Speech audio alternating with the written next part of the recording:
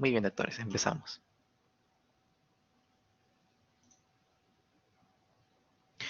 Las infecciones por gérmenes atípicos, como vamos a hablar en el concepto, en la introducción, vienen a ser manifestaciones inusuales, ¿no? Manifestaciones que generalmente no se atribuyen o no pensarías, digamos, en un proceso respiratorio. Vamos a enfocarnos porque en la parte de infecciones atípicas por gérmenes, ya varios gérmenes atípicos, es variantes, son varias, pero vamos a enfocarnos en las más principales y en las afectaciones pulmonares, que es, digamos, lo que más les va a ayudar y a servir en la práctica clínica. Como les decía, son manifestaciones inusuales de neumonías y generalmente manifestaciones que escapan al cuadro clásico pulmonar, ¿no? Puede haber, digamos, manifestaciones de neumonías atípicas sin procesos respiratorios, solamente con decaimiento, a veces solamente con fiebre, algunos dolores o, digamos, sintomatologías de dolor a nivel torácico, que, digamos, escapa un poco, ¿no? De la afectación de neumonía clásica como tal, o problemas respiratorios altos o bajos, ¿no? Dentro de las causas o patógenos principales que vamos a ir viendo en esta charla, van a ser por Mycoplasma pneumoniae, la Clamidia pneumoniae, o el Chlamydophila pneumoniae y las legionelas, ¿no? En este caso legionales y especies, ¿no? Porque son como 15 serogrupos y algunos que otros virus. Entonces, empecemos por las infecciones por Mycoplasma pneumoniae. Dentro de la etiología son bacterias que van a ser de menor tamaño y con una vía autónoma. Van a ser pleomórficas, van a carecer de pared celular, en este caso ya saben, carecen de pared celular, betalactámicos no van a ayudar acá. El genoma va a ser muy pequeño y va a ser muy difícil de cultivar. Su estructura especialmente está, digamos, modificada, digamos, formada para adherirse a células epiteliales células epiteliales del bronco respiratorio. Y como les digo, tiene resistencia a beta-lactámicos porque carece justamente de pared celular y por ende va a impedir una coloración Gram. Esta membrana que van a tener, digamos, va a ser una membrana citoplasmática con un gran número de lipoproteínas.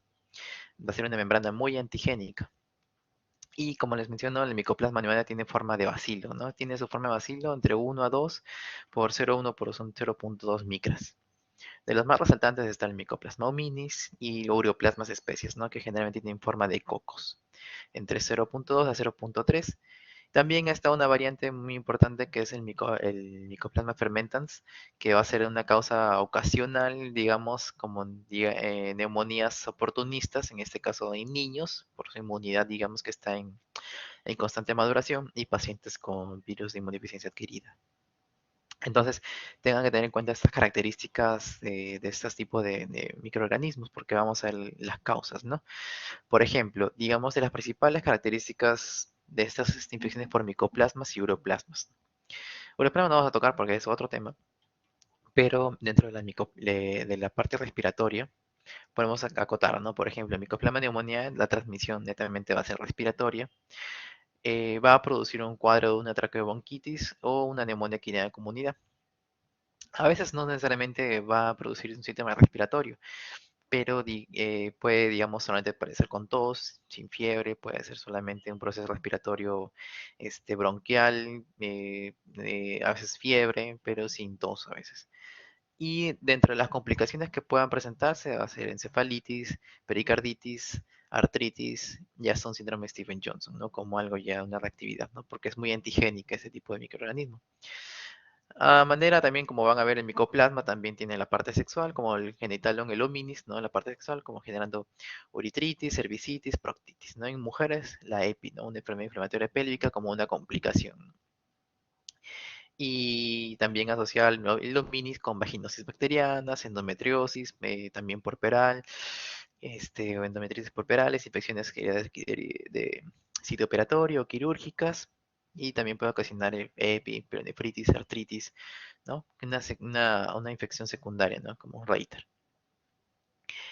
Es muy importante justamente una de las diagnósticos diferenciales de enfermedades de Reiter, ¿no? Porque ahí se generan artritis y lo que tienen que sospechar siempre son de o cuadros respiratorios o cuadros infecciosos urinarios o de vías urinarias bajas o geniturinarios, ¿no?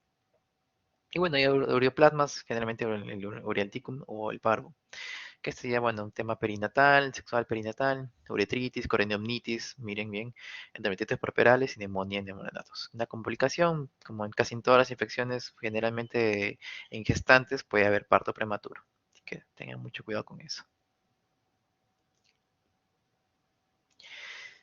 Dentro de ello vamos a ver cómo es que este microorganismo va a tener su mecanismo de ingreso, ¿no?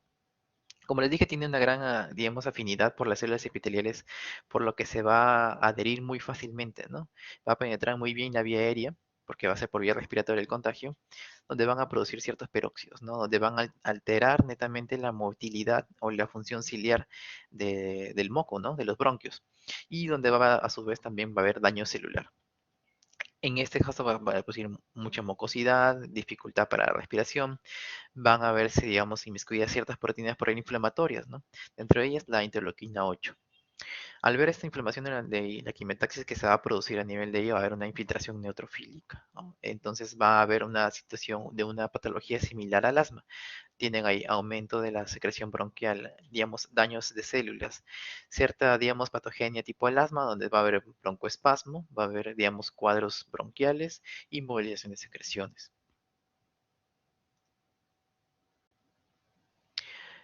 En la clínica van a observar que, bueno, hay tanto cuadro a nivel respiratorio superior como respiratorio bajo. Van a encontrar este microorganismo en la nariz, en la garganta, en la tráquea, en el mismo esputo.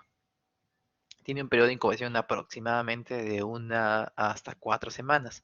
Y este Mycoplasma pneumoniae generalmente es el 20% de las neumonías adquiridas en la comunidad, siendo una incidencia más baja en niños y mayor en escolares, ¿no? Adolescentes y jóvenes. Entonces, como les digo, no es tan frecuente este tipo de infecciones, digamos, por micoplasma, pero sí está dentro del abanico de posibilidades. Del cuadro clínico, digamos, de una traqueobronquitis, hablamos del sistema respiratorio bajo.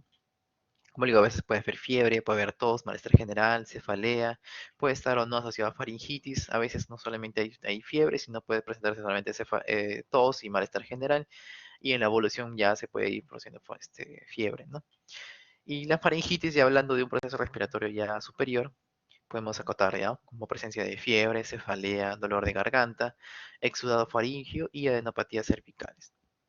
Debe llamarle mucho la atención, por ejemplo, hay pacientes que llegan a la consulta solamente con estas dos cosas, ¿no? Con adenopatías cervicales y a veces con fiebre o dolor de garganta, no necesariamente ambas, ¿no?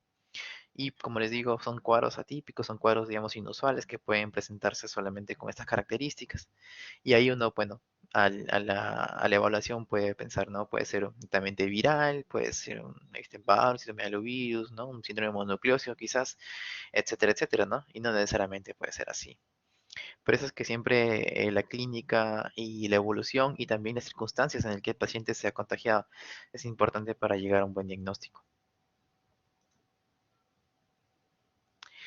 Ya la infección pulmonar como tal ya va a producirse un cuadro de neumonía atípica, ¿no?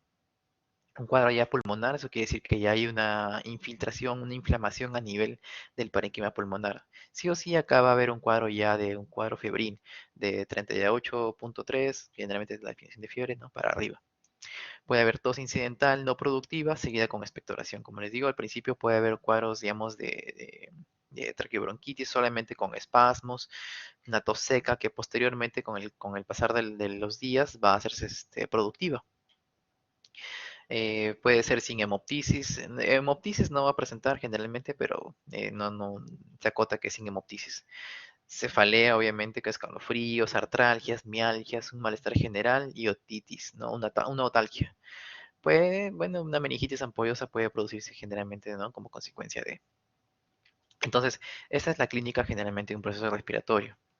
Ya cuando la situación o el proceso respiratorio se va haciendo más agravante, pueden presentarse cuadros de disnea, ¿no? Cuando ya los casos de disnea son más graves, ya va a haber una tos pertussoide con dolor torácico, incapacitante, ¿no? En niños generalmente menores de 5 años va a aparecer famosa coriza, estornudos, neumonía infrecuente, ¿no? Como le digo, no es muy frecuente que haga procesos respiratorios pulmonares como tal, como un pseudo resfriado, por decirlo así. Bueno, y los escolares, adolescentes y jóvenes ya van a progresar generalmente a una neumonía con afectación de uno o más lóbulos, ¿no? Con esto les adelanto que puede ser netamente unilateral o bilateral. Al examen físico, la auscultación anodina mayormente, va a haber roncantes, sibilantes y crepitantes, ¿no? Generalmente los sibilantes y los crepitantes va digamos, a dar un mayor indicio de la clínica, ¿no? Si un paciente que no tiene antecedentes de asma o los cuadros que son de las famosas bronquitis asmatiformes, siempre llegan a pensar que puede ser por una neumonía o de un proceso neumónico de una infección por una bacteria típica. Y la radiografía de tórax generalmente es de una neumonía típica con cierto derrame pleural, ¿no? Ahorita vamos a ver las imágenes probablemente, acá están. Entonces les decía, el cuadro de neumonía típica por radiografía es netamente que no se va a aparecer una neumonía, ¿no? La neumonía clásica va a ser un infiltrado bronquial alveolar o en un lóbulo, generalmente en un segmento, con patrón alveolar, ¿no? Un clásico cuadro de consolidación. Pero en este caso, ustedes ven, digamos, el cuadro clínico de bueno, quizás de un médico que no tiene mucha experiencia, va a decir, bueno, es una placa normal con un poco de congestión, ¿no?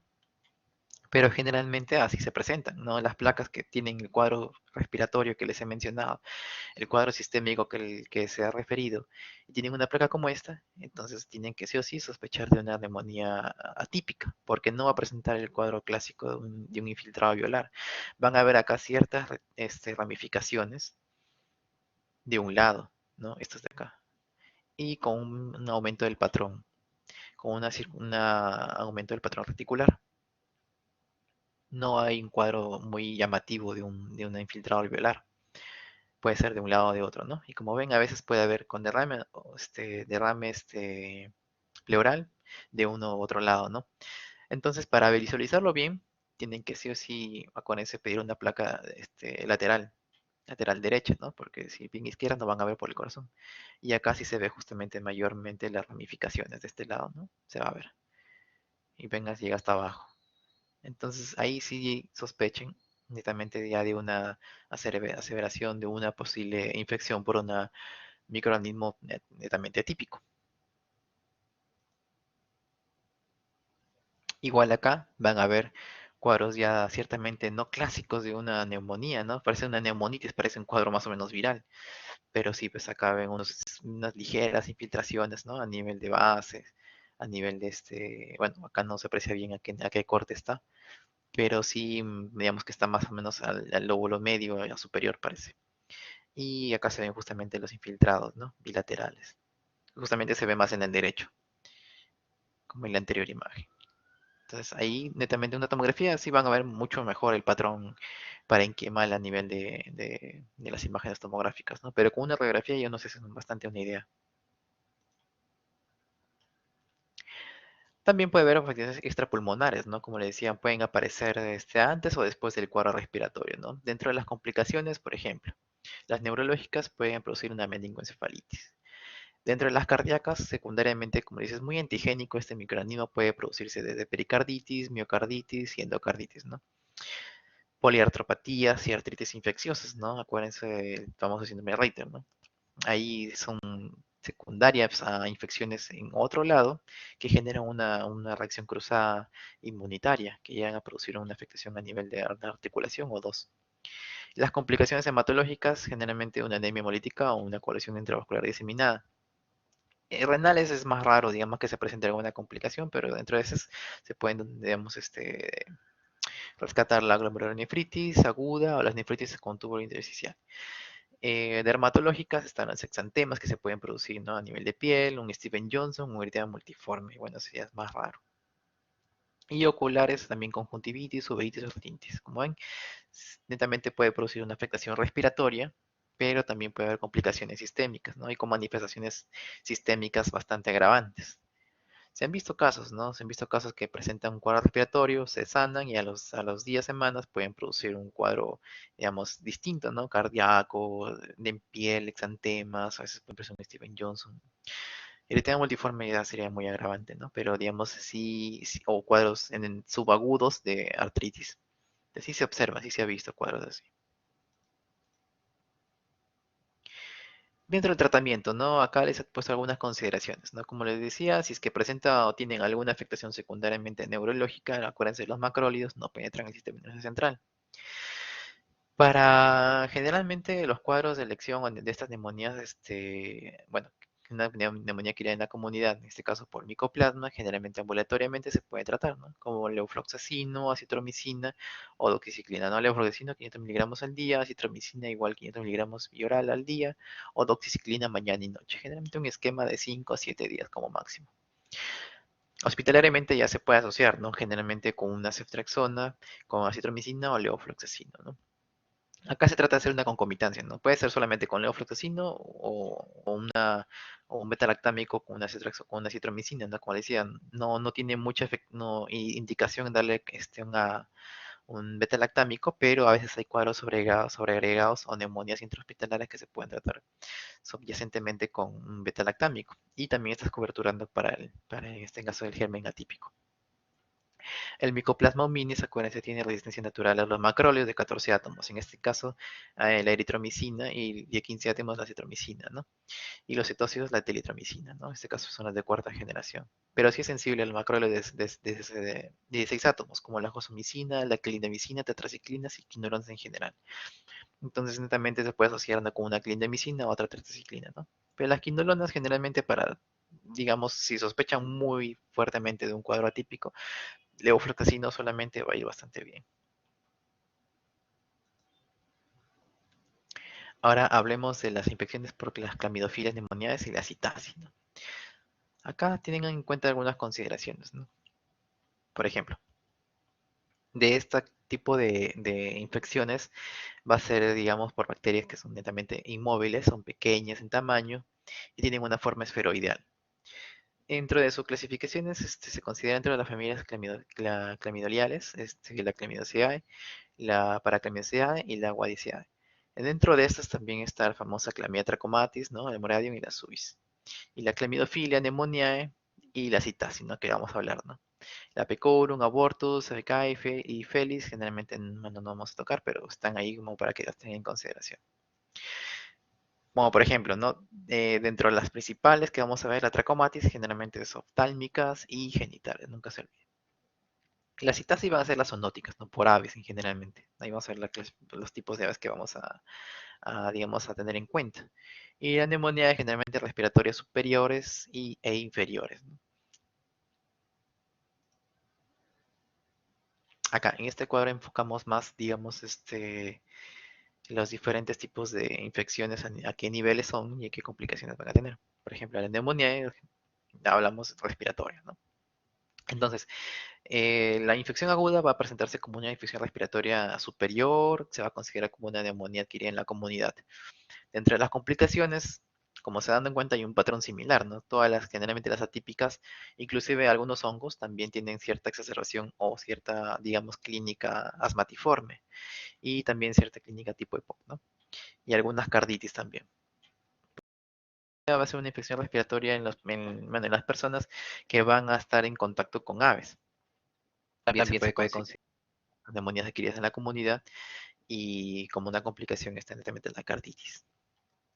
Las trachomatis, ¿no? Las acerobares AC y las acerobares DK, generalmente por contacto, ¿no? Sexual perinatal y generalmente el tracoma, ¿no? La keratoconjuntivitis o la ceguera.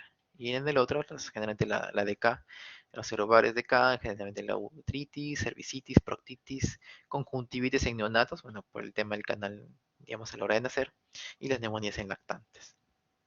Como complicaciones, epididimitis, EPIs, esterilidad, embarazos ectópicos, también esa es una principal, digamos,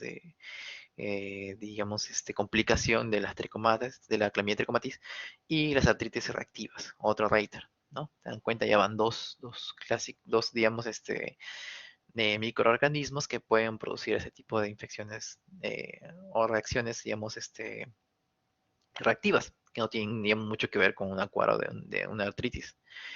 Y hay otros celulares como la L2, L3, L1, L2, L3, que son de transmisión sexual, que es el famoso linfogranuloma venéreo, lo que va a generar como complicación bubones y fístulas, ¿no? la clínica clásica, ¿no? De un bubón, de una adenopatía grande, ¿no? Generalmente en un solo lado, con fiebre, etcétera. Y la proctitis en, bueno, en varones homosexuales generalmente, ¿no? La elefantiasis genital puede presentarse a nivel de esta área. No se olviden la clamida en los ovares L1, L2, L3, linfogranuloma venérea. Dentro del ciclo reproductivo, ¿no? Este es un ciclo reproductivo en general, ¿no? Puede presentarse a nivel de Clamidia trachomatis, ¿no? De neumonía, etcétera.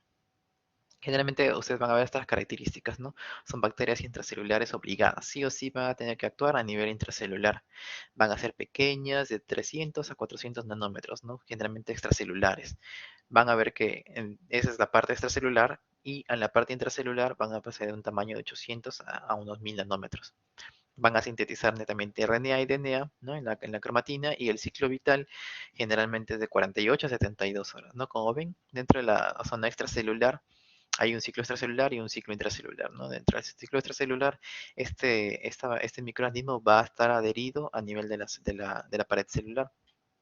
De la célula que va a infectar en este caso, ¿no? Va a haber una fijación justamente a nivel de la pared celular y después se va a una internalización justamente de esta célula, ¿no? Entonces va a haber justamente una replicación a nivel de la célula, a nivel intracelular, donde se van a formar los famosos cuerpos elementales, ¿no? Y después va a haber la formación reticular, ¿no? O los cuerpos reticulares, ¿no? Dentro de la célula, ¿no? Dentro de la célula se va a ver unos cuerpos reticulares que se van a ir duplicando, vamos a la parte C, donde se van a ir duplicando por división binaria y van a prácticamente así proliferar. De estos van a haber inclusive hay unas formas aberrantes, pero estas dos justamente van a conllevar a un ciclo en el cual van a seguir dividiéndose intracelularmente, van a haber unos cuerpos persistentes donde va a haber la formación de cuerpos elementales, donde por lisis o, claro, lisis celular, va a haber una extravasación de todos los microorganismos justamente a nivel, ya para infectar a otras células de manera extracelular. Y así va a ser el ciclo, constantemente.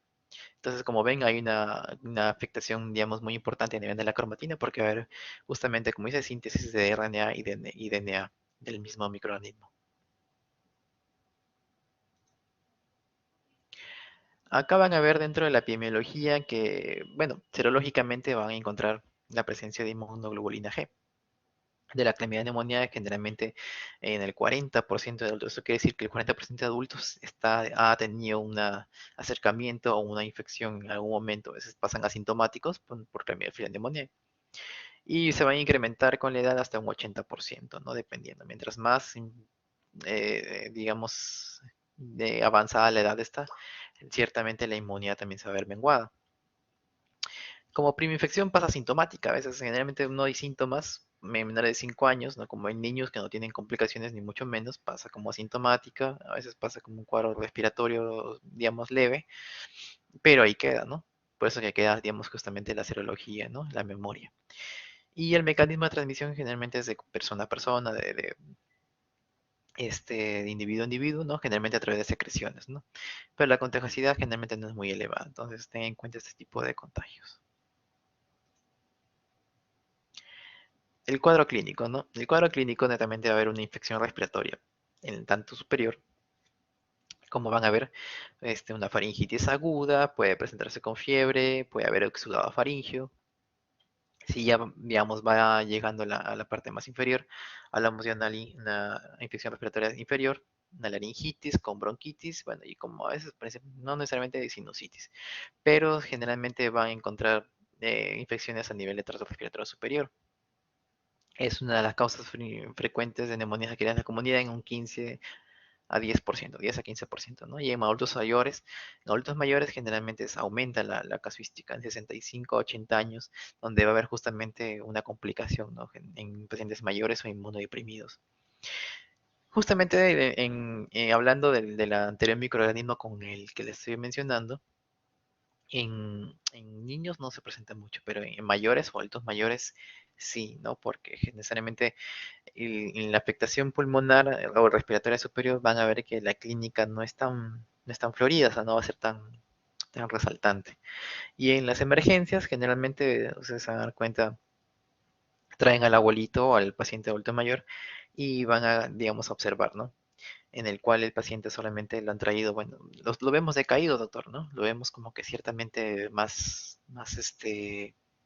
asténico, más hipoactivo, no es tan, no está como antes, generalmente lo ven así, ¿no? Porque ciertamente hay un cambio en su patrón, ¿no? De ritmo de vida diaria. Y en este cambio de patrón es donde justamente van a tener una de las clásicas síntomas del paciente adulto mayor.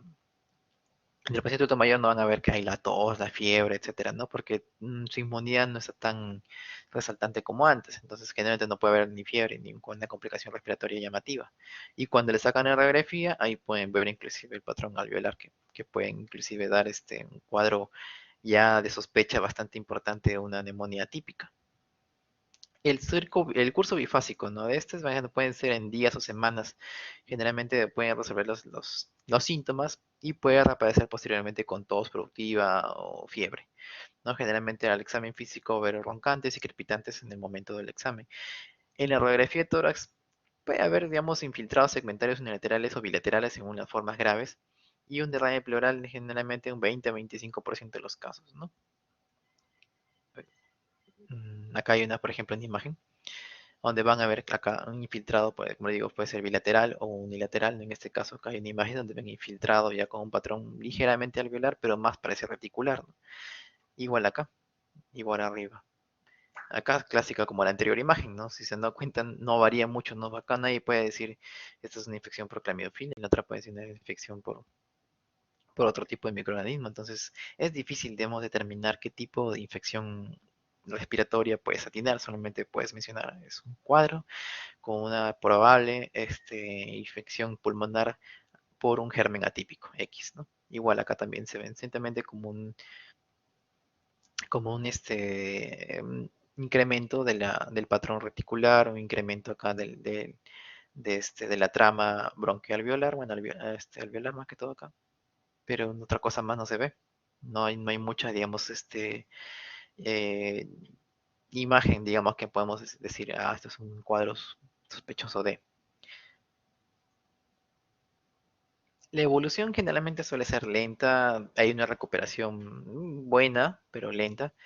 A veces suelen persistir cuadros de tos y malestar por 2 semanas a 3, inclusive a meses, ¿no?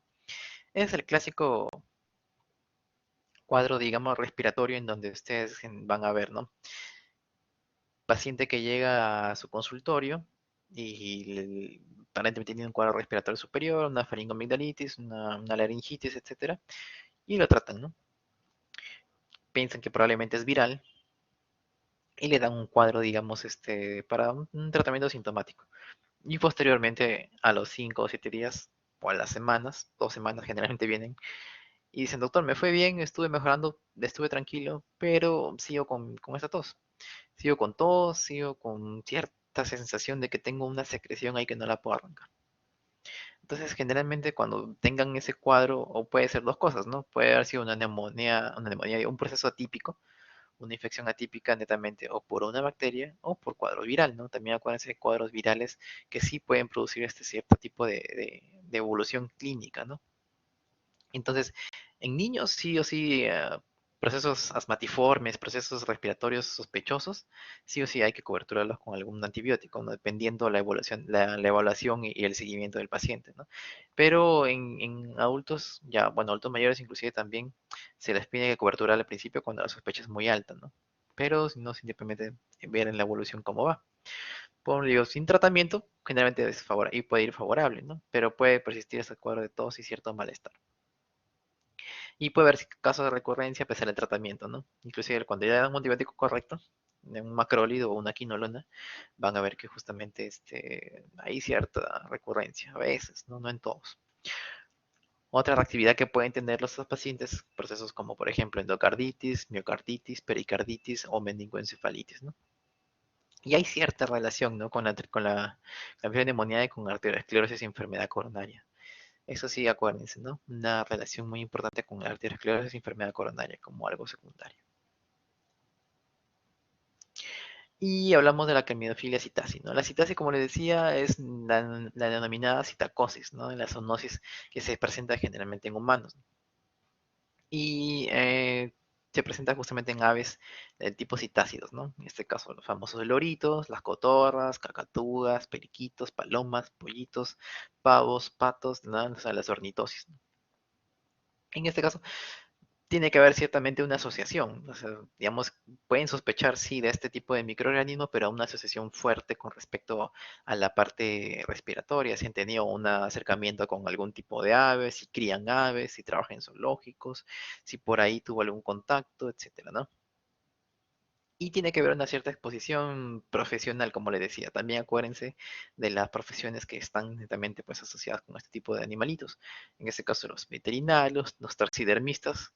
Con esos taxidermistas son los que trabajan justamente para ciertamente momificar a animales. Los cuidadores de aves, ¿no? Los que son netamente domésticos y algunas personas que ciertamente tienen aves exóticas que las tienen, bueno, están en contacto, ¿no? En sus domicilios. Puede estar en contacto con secreciones respiratorias, excretas y en las plumas. Entonces, siempre tener cuidado al manipular las aves. La transmisión generalmente de persona a persona va a ser muy rara, muy excepcional. Generalmente tiene que haber este vector. El mayor porcentaje de positividad por PCR va a ser personas que han tenido un contacto diario o semanal, ¿no? Con este tipo de aves, de un 19 a un 22%. Entonces, se dan cuenta del patrón ahí es netamente el contacto con las aves. Acá sí van a haber una complicación como una neumonía por infección por Clamidiophila citasi, o si tienen un paciente que ha tenido un paciente con cierto contacto con animales y presenta la clínica y la evolución y a la hora que le sacan la radiografía van a ver justamente una complicación, parece viral, ¿no? Parece un cuadro viral porque neumonía clásica típica no parece, generalmente es unilateral, pero acá es totalmente con un patrón más reticular, intersticial, ¿no? Tipo llamarada que se van a ambos lados. Hay opacidades, hay, digamos, también cierto derrame pleural porque no se ven acá los ángulos costofrénicos y ven justamente la complicación bilateral, ¿no? Para que sea bilateral, ustedes pueden pensar, o esto es un virus, un hongo o una bacteria atípica, ¿no? Y por historia clínica lo van a sacar, digamos, probablemente la correlación. Entonces, muy importante la historia clínica. Siempre se ha dicho que la historia clínica tiene mayor del 50% del diagnóstico, 80 inclusive. Es una buena anamnesis les va a dar de todo. El cuadro clínico, como le decía, es dentro de unos 5 a 14 días de incubación, ¿no? La neumonía va con fiebre alta, de unos 40 grados, con escalofríos y tos seca. Acá sí hay una expectoración mucosanguinolenta que se puede producir justamente en el proceso de la tos exigente, cefaleas intensas, alteraciones del sensorio, anorexias, mialgias y esplenomegalia, ¿no? Como una reacción a la inflamación. Las formas graves ya netamente ya hablamos de un compromiso intersticial bastante marcado a nivel de ambos pulmones, con disnea y cianosis. Bueno, acá ya obviamente hay que requiere oxígeno. Y al examen, estertores, signos de consolidación y dolor pleurítico, ¿no? Acá hablamos de un proceso inflamatorio a nivel pleural con entrada pleural, una efusión pleural. Dentro de la radiografía de tórax, como le digo, neumonía típica con derrame pleural. No hay un cuadro muy específico de una neumonía, como les vengo mencionando. Una radiografía puede decirme lo mismo en las dos últimas tipo de afecciones que hemos estado viendo. El diagnóstico, generalmente aislar el genoma, ¿no? Por una reacción de cadena de polimerasa, amplificación del RNA, del DNA del virus, del microorganismo, en este caso la clamiofilia, tanto neumonía como la citocina. Tiene mayor sensibilidad que el cultivo y las muestras de elección generalmente es un aspirado nasofaringeo, lavado broncoalveolar o líquido pleural, ¿no? Entonces, ante esas imágenes sospechosas, ¿no? Piensen que quizás pueda tener una afectación por ese tipo de microorganismos. En el cultivo sí se puede cultivar, ¿no? Se puede cultivar la Clamifrena pneumoniae, digamos, en espados aspirado nasofaringeo, lavado broncoalveolar, líquido pleural. Su sensibilidad va a ser limitada, ¿no? Un 50-60%, pero es una especificidad tampoco no es absoluta, ¿no? Porque puede representar una colonización de otra cosa. Y el cultivo de, bueno, la Clamifera citasis es menos utilizado, ¿no? Entonces, como para pensar en este tipo de microorganismos, tienes que tener alta sospecha, ¿no? En tu historia clínica. Generalmente el serológico va a ser lo que va a ser un poquito más rápido, ¿no? La Clamifera pneumoniae con tomografía, con técnicas de microinmunofluorescencia va a ayudar mucho. La inmunoglobulina G, la M, mayor o igual de 1 a 6, digamos, una fase aguda, digamos, en este tipo de dilución, y va a haber generalmente un aumento cuádruple de la inmunoglobulina G. O sea, en la convalecencia generalmente clásico, ¿no? Se eleva la inmunoglobulina M y posteriormente la que va a persistir y la que va, digamos, a estar más en el tiempo es la G. Y en la fase aguda, ¿no? Generalmente en la fase de convalecencia o crónica van a ver que tenía un contacto. Cuando ya hablamos ya de títulos mayores de inmunoglobulina G, generalmente va a estar a 1 en 515, o sea, que es una infección ya muy reciente, ¿no? Si es que encontramos una dilución como esta. Y la M, pues, con respecto a la clamidia neumonía, va a ser unas 3 semanas de infección y la G a 6 a 8 semanas, ¿no? Con una sensibilidad de un 70 a 90% de esta. Lo más rápido que nos va a dar, digamos, inclusive con respecto a costos, ¿no? Va a ser en la serología, ¿no? Con respecto a la IgM, IgG, ¿no? Para ambas. Y la citasis, bueno, con técnicas de adificación, de complemento o microinmunofluorescencia nos va a ayudar, ¿no? Con un único título de 1 a 32 es donde que nos indica solamente una infección reciente. Entonces, serológicamente va a ser esto.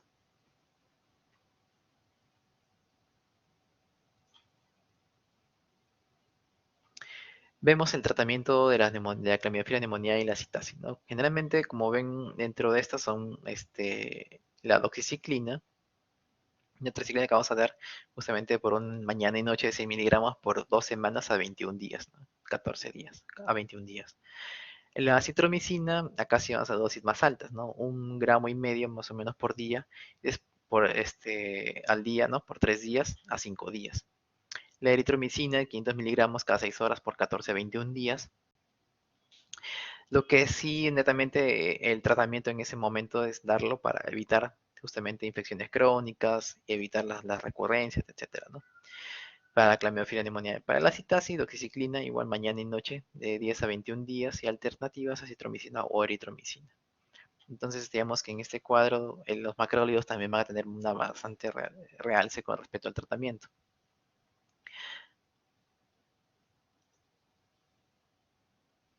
Acá, la infección es por legionela. Este es una capita interesante, ¿no? Acuérdense que la legionela viene por legiones, ¿no? El nombre de legiones, ¿no? Creo que en el año 1969, no estoy muy seguro, hubo una reunión de legionarios americanos en el cual se reunieron en un hotel y todos empezaron a presentar un cuadro respiratorio, ¿no? Por el, digamos, el común en que todos tuvieron agua o, digamos, líquido servido justamente a nivel bueno, del restaurante, en este caso del lugar, ¿no? Del hotel. Y todo el grupo generalmente presentó este cuadro clínico que les voy a mencionar. Y a raíz de eso, justamente su nombre quedó como Legionella, por los legionarios americanos. Y la familia Legionnaceae comprende más o menos unas 50 especies. Van a ser bacilos gram negativos de 2 por 0,5 a 0,7 micras, ¿no? Va a ser un aerobio, no es porulado. Legionella pneumophila va a constar justamente de 15 serogrupos. Antes eran 14, ahora son 15. Dentro de los que van a ser más responsables de este tipo de infecciones va a ser el serogrupo 1, ¿no? Que va a dar las infecciones en humanos. Acá vamos a ver como reservorio natural, ríos, lagos y estanques, ¿no? Es una infección que se va a contaminar, como le dije, por líquidos. En este caso, bueno, y va a colonizar justamente lo que son abastecimientos de aguas, de redes de agua, de sistemas sanitarios de agua, tanto frío, caliente, ¿no? ¿Y cómo va así, no? Justo es la famosa biocapa, ¿no? La biocapa generalmente que se va a formar a nivel de ciertas instalaciones mal diseñadas, con materiales inadecuados, que va a haber un acúmulo de ciertos productos, ¿no? Generalmente lodo, materia orgánica, etcétera, ¿no? Todo lo que pasa por un desagüe generalmente, o una tubería. Y esta corrosión con amebas va a ser una especie de, de caldo de cultivo y justamente a una temperatura de unos 25 o 45 grados, especialmente hablamos ya de agua ya ciertamente tibia, caliente, van a producir un caldo de cultivo idóneo para que se formen ese tipo de biocapas en el cual va a proliferar ese tipo de bacterias. La inhalación el mecanismo de transmisión va a ser inhalación de mecanismos de transmisión, ¿no? Generalmente va a ser esto. Y puede llegar al pulmón por microaspiraciones, colonizaciones ya a nivel de orofaringio, los pacientes que han tenido nutrición enteral, ¿no? O sea, los que son zona nasogástrica, los que le han realizado lavado con sondas nasogástricas, hidrataciones que generalmente hay personas que toman agua de grifo, en cualquier grifo, y broncoaspiración, ¿no? Por eso tengan en cuenta que no necesariamente tomar el agua potable, entre comillas, no quiere decir que esté saludable para muchas complicaciones. Dentro de la epidemiología van a ver las fuentes de infección por legionela, ¿no? Generalmente, por ejemplo, instalaciones con mayor probabilidad de proliferación o dispersión de legionela, ¿no? Las torres de refrigeración, condensadores evaporativos, sistemas de agua sanitaria, acumuladores, circuitos de retorno, las aguas climatizadas, ¿no? Generalmente que ya tienen una climatización con una temperatura idónea para que proliferen este tipo de microorganismos que van a recircular a alta velocidad. Específicamente, spas, jacuzzis, piscinas, baños, hidromasajes, bañeras con hidromasajes, tratamientos de chorro de presión, etcétera. Si no tienen una buena trata de ese tipo de tuberías o sistemas de llevado de líquidos, en este caso de agua, van a tener una complicación. Y centrales humidificadores industriales, ¿no? Como ven, tengan cuidado. ¿Dónde puede haber digamos, instalaciones con menor proliferación de este tipo de dispersión por legionela, ¿no? Donde ya hay ciertamente sistemas de instalación interior de agua fría, de consumo humano, ¿no? Como tuberías, depósitos o aljibes, ¿no? Generalmente no hay los sistemas de agua, depósitos móviles, ¿no? La condición, como vieron, una temperatura ciertamente un poquito más alta, pero en agua fría no tanto. En equipos de enfriamiento evaporativo que pulvericen el agua, en este caso, por ejemplo, los que riegan, digamos, las avenidas, etcétera, que no están incluidos en el aparato interior, también humectores, fuentes ornamentales, ciertos sistemas de riego de aspersión medio urbano, como les decía, los ríos que hacen a nivel de jardines también, los sistemas contra incendios, elementos de refrigeración por aerosolación, al aire libre también, ¿no? Esos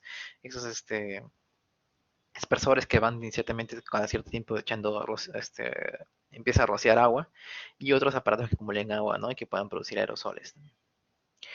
Y ya, bueno, instalaciones de riego, digamos, en terapia respiratoria, no hablamos ya netamente un ambiente hospitalario, ¿no? Equipos de terapia respiratoria, respiradores, nebulizadores y otros equipos, digamos, que tengan contacto con vías respiratorias, ¿no? Donde hay, digamos, por ejemplo, en un ambiente hospitalario con agüita caliente y todo, donde se echan ahí en sus tanquecitos de agua, puede ser un área, por ejemplo, de medicina física de rehabilitación. Ahí tienen sus tanques grandotes, trabajan con agua caliente, calientan agua dependiendo. Entonces ahí puede haber cierto incremento, ¿no? La patogenia, como les mencionaba, va a atacar netamente el pulmón, ¿no? Y netamente la manera de entrada va a ser por vía respiratoria, microaspiraciones, donde el patógeno ciertamente va a ser intracelular facultativo, ¿no? Va a representar unas proteínas de membrana que justamente va a facilitar la entrada a nivel de la vía respiratoria por inhalación. Entonces, alveolos o bronquiolos son los terminales. Como ven en la imagen, va a ser, digamos, la parte más afectada. Se va a llenar de mucosidad. Y va a haber un sistema inflamatorio por fibrina, neutrófilos, o sea, polimorfos nucleares, macrófagos, bueno, eritrocitos generalmente por el cuadro inflamatorio, ¿no? Todo a nivel del bronquio.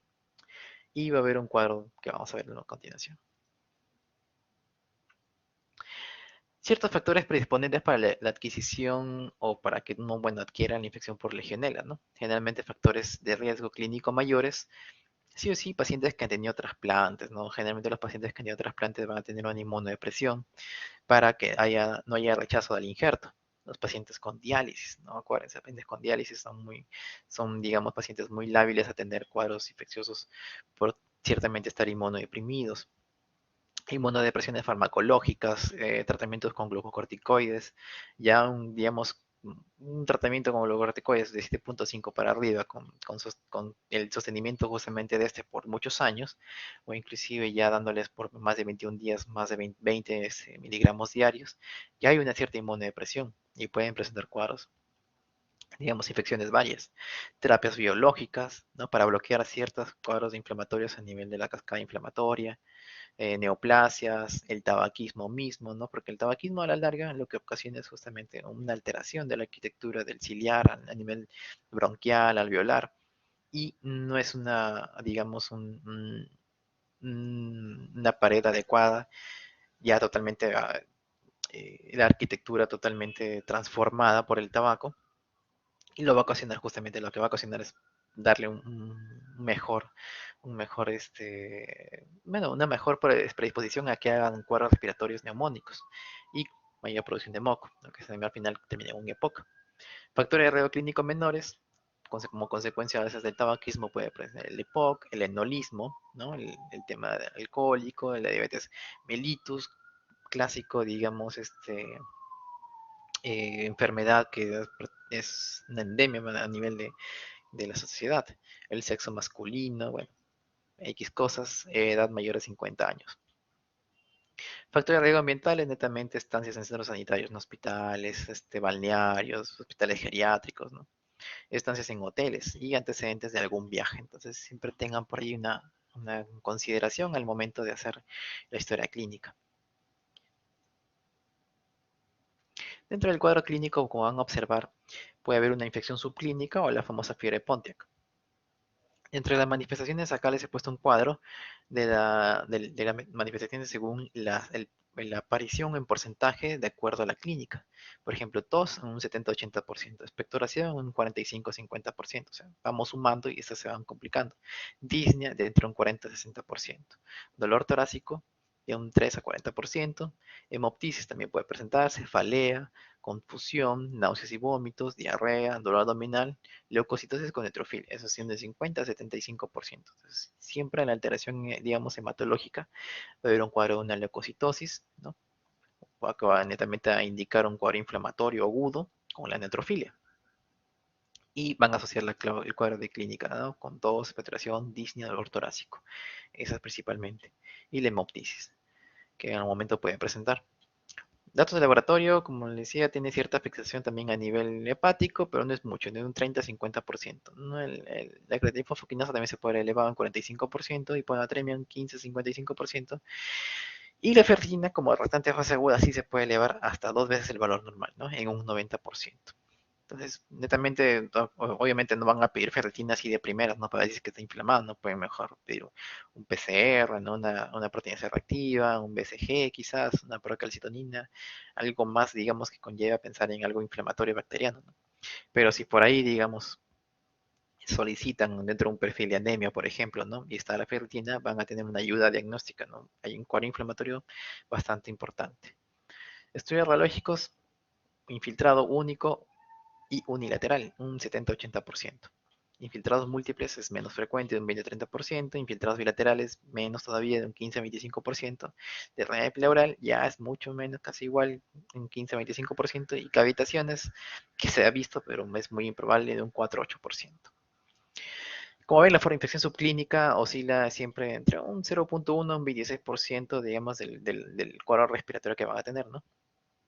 Va a haber cero conversiones tras infecciones leves, y que se pueden interpretar, como les decía, como víricas, ¿no? En algún momento la clínica puede decir, no es un cuadro típico de una neumonía adquirida en la comunidad, no es un cuadro típico de un cuadro respiratorio, solamente tiene tos, tos, tos, entonces no necesariamente pueden presentar cuadros, digamos, muy característicos. Y cierta exposición prolongada, ¿no? Ciertamente una exposición prolongada con respecto al cuadro inflamatorio. La fiebre de Pontiac ya es la forma neumónica de la aeruginosis, ¿no? Esa generalmente va a estar ocasionada por los serogrupos 1 y 6. Está la Filey como serogrupo 1, la Amigdalae y la Anisa, ¿no? Dentro de los, digamos, microorganismos por legionela que se pueden presentar. Fiebre, cefalea, tos y lo que lo caracteriza a la fiebre Pontiac, las artromialgias. Es una evolución benigna, autolimitada, generalmente sin complicaciones. Entonces, acuérdense de la clínica. Ya la enfermedad del legionario, como se denomina, ¿no? O la forma pulmonar, a la parte clínica van a aparecer, digamos, fiebre alta, escalofríos, cefaleas y mialgias. Dentro de estas, posteriormente puede hacerse una tos seca a tos productiva en 3 a 4 días y ciertamente hasta hemoptoica. Disnea y insuficiencia respiratoria en formas más graves. Signos típicos a nivel pulmonar, unilateral, generalmente, condensación pulmonar en formas avanzadas y hay una infección extrapulmonar, digamos, puede haber una gastroenteritis o sepsis por gram negativos, ¿no? Mortalidad no es muy frecuente que sea grande mortalidad, pero se considera un 3 a 25% según la literatura. Entonces, vamos acá a observar dentro de las complicaciones, ¿no? Pulmonares, acá son el asterisco, las más frecuentes, ¿no? Insuficiencia respiratoria grave, ¿no? Neumotoras y abscesos pulmonares como empimas pleurales también pueden proceder. Dentro de las cardíacas, pericarditis, pericárdicos, miocarditis, endocarditis. Como ven, es también muy antigénica. Neuromusculares, cefalea, confusión, radiomielisis, por eso es que se pide el control de la creatinina. Más raro ya en neuropatía periférica, Guillain-Barré, vejigas neurogénicas, coreas, ¿no? Que es ya muy rarísimo. Renales no suele producir mucho, pero sí hay cierta insuficiencia renal, glomerulonefritis, necrosis renal intersticial o nefritis intersticiales. Artritis también puede presentar cuadros de artritis reactivas, ¿no? Como artritis agudas, anemolíticas autoinmunes, púrpuras y hasta pancreatitis. Pero ya son muy inusuales, pero se han descrito en algún momento. La sensibilidad y especificidad con respecto a las pruebas utilizadas para el diagnóstico, ¿no? Ahí acá van a ver unas cuantas, ¿no? Por ejemplo, el cultivo esputo para el diagnóstico es un 25-80%, ¿no? Con una buena especificidad de un 100%, pero generalmente el cultivo va a demorar. PCR también pone esputo de un 83%, digamos en un 90% de especificidad. Y la antigenuria de un 70-80% con una especificidad de 98%. Y estudios serológicos, la sensibilidad ya es más baja, 40-60%, pero una especificidad en 96-99%. Tiene que ver muchas características, ¿no? Por ejemplo, para el cultivo esputo, tiene que ver una buena calidad de esputo y según el medio empleado, ¿no? Ideal sería pues un lavado bronquial alveolar. Para el PCR, la sensibilidad, digamos, de un 100%, según estudios de un 10 a 11 estudios analizados. La antigenuria, ciertamente, bueno, va a tener, según se emplee el examen de orina, si es directamente o concentrada. Y para estudio serológico va a variar, pues, según digamos, lo que va a limitar el uso en la práctica clínica, varíen según los estudios, ¿no? Pero lo que se utiliza más rápido para poder hacer un acercamiento diagnóstico es la antigenuria. Y estudios serológicos para algo rápido, ¿no? Ideal sería hacerlo en cultivo esputo buscando netamente un cultivo para Legionella. Acá sí van a ver como complicaciones netamente, ¿ves? Un solo lado, generalmente unilateral, como complicación. Ya hay cierto daño pleural, ya hay cierta infiltración con destrucción ciertamente bronquial, ¿no? Acá también se puede observar en ambos lados. Acá en otra imagen radiológica, como en otras que hemos visto, ¿dónde estaría acá prácticamente la infección? No se observa. Podría decirse que puede ser esto, no se puede decir si es cierto, puede ser esto. Pero acuérdense siempre de pedir una radiografía de lateral derecha, donde van a observar ahí el patrón más acercadamente al cuadro neumónico, o acá también inclusive. Entonces, pueden, digamos, sospechar, ¿no? Ciertamente un pequeño hernia pleural acá también, a una opacidad. Entonces, siempre tengan en cuenta esto. Los cuadros característicos de neumonías atípicas no dan un cuadro típico en una radiografía con infiltrado alveolar, ¿no? Con una condensación. Generalmente no se ve así. Puede verse parchado inclusive. Tratamiento de elección, ¿no? Justamente para la legionela, dentro de los que hemos visto en la gama que hemos estado viendo de antibióticos, beta-lactámicos casi no se ha tocado ninguno, porque generalmente no tienen pared celular. La claritromicina, 500 miligramos intravenoso o vía oral, ¿no? Cada 12 horas, acitromicina igual 500 miligramos intravenoso o vía oral cada 24 horas, acuérdense, es una vez al día. Y el levofloxacino, ciertamente 500 miligramos intravenoso o vía oral cada 12 horas, con la salvedad de que hasta que, digamos, a tener la apirexia, o sea, que no haya fiebre, se puede continuar con 500 miligramos intravenoso vía oral cada 24 horas. Entonces, mañana y noche hasta mejorar la fiebre y después posiblemente se puede reducir la dosis a una vez al día para, digamos, este mantenimiento y completar el esquema terapéutico. Acuérdense siempre que todos los controles que van haciendo con respecto al ingreso se van viendo con la evolución, los marcadores inflamatorios, y posteriormente para ya ir viendo la mejoría del paciente y quizás el desescalamiento del antibiótico o rotar el antibiótico o suspender el antibiótico con los controles que posteriormente se van a ir pidiendo, ¿no? Hemograma, PCR, BCG, ciertos marcadores hepáticos, ¿no? Transaminasas hepáticas. Siempre pidan siempre un perfil de coagulación para ver el tema de la función hepática. El firinógeno también va a ayudar mucho. Los controles de electrolitos, gases arteriales, principalmente en pacientes que tengan ya cierta afectación pulmonar, como insuficiencia respiratoria. Si tiene derrame pleural, tiene que ser el seguimiento de estudio del líquido, de todas maneras siempre tiene que haber. Y el tratamiento según ya ustedes van viendo, ¿no? Si sospechan que es un paciente que tenga una neumonía, probablemente por una infección atípica, pueden ya inclusive dar según la clínica y según bueno, su experticia también, según lo que ustedes van viendo. Que eso lo vemos netamente en la práctica clínica, evaluando pacientes, ¿no? Evaluando casos clínicos, van a ver que justamente eso les va a dar cierta, bueno, bastante aseveración con respecto a lo que ustedes diagnostiquen y van a dar tratamiento indicado, ¿no? Acitromicina, levofloxacina, hemos visto, clindamicina hemos visto, doxiciclina hemos visto también. Así es, chicos. Muy bien, doctores. Esa es la charla del día. ¿Alguna duda, pregunta? Saraí, cuéntame.